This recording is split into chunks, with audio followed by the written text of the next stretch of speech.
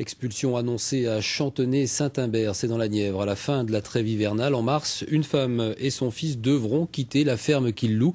Et la restitution aux propriétaires pourrait être délicate. Au fil des années, le domaine s'est transformé en vaste refuge pour animaux de ferme. Il abrite aujourd'hui près de 900 bêtes. Régis Guillon, Fabien Madigou. Allez, biscotte. Quelques biscottes pour améliorer le déjeuner, c'est le premier geste d'affection que Dominique a chaque matin pour ses moutons les plus handicapés. Scary, qui est né comme ça, qui a le cou déformé. Bon, normalement, on n'en voit jamais des comme ça parce que bon, ils ne sont pas gardés. Pas gardés, sauf chez Dominique, qui a créé il y a 6 ans un sanctuaire pour les animaux de la ferme. Des animaux condamnés à l'abattoir parce que devenus trop vieux, estropiés ou saisis à des propriétaires qui les maltraitaient. Avec près de 900 bêtes et 90 hectares de pâture, le refuge de Dominique est le plus important d'Europe. Une fierté pour l'ancienne éleveuse ovine, entièrement dévouée au bien-être animal. Les animaux de ferme, c'est quand même un petit peu les oubliés de la protection animale.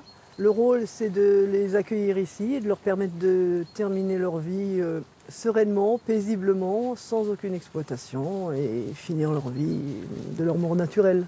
Grâce aux dons de particuliers ou de fondations comme celle de Brigitte Bardot, Dominique et son fils arrivent à faire fonctionner leur refuge. Et pourtant, il est aujourd'hui menacé. Le domaine qui abrite les bêtes appartient à un Anglais qui a autorisé Dominique à l'occuper il y a quelques années. Sauf que la gardienne des lieux embarrasse désormais le propriétaire qui souhaite récupérer son bien pour le vendre. Depuis quelques mois, du coup, la bergère entend les voix de la justice qui la somme de quitter les lieux. Une expulsion qui fait craindre le pire pour les animaux. Moi, je voudrais tout de même avoir la certitude que ces animaux puissent continuer à avoir ce qu'ils ont ici, une vie tranquille, paisible, et qu'ils ne repartent pas dans les élevages. C'est ce que vous craignez d'ailleurs. Oui, les élevages et l'abattoir. L'abattoir, pas question aussi pour le fils de Dominique. Les abattoirs, on sait tout ce que c'est. Il y a le transport qui est difficile, là-bas ils voient tous les uns les autres mourir. Je préférais encore qu'ils soient euthanasiés ici, tranquillement avec nous. Mais au choix, choisir entre les deux, entre le choix de savoir ce qu'ils vont souffrir ou qu'ils vont partir doucement, je préfère encore cette option, même si elle est très douloureuse.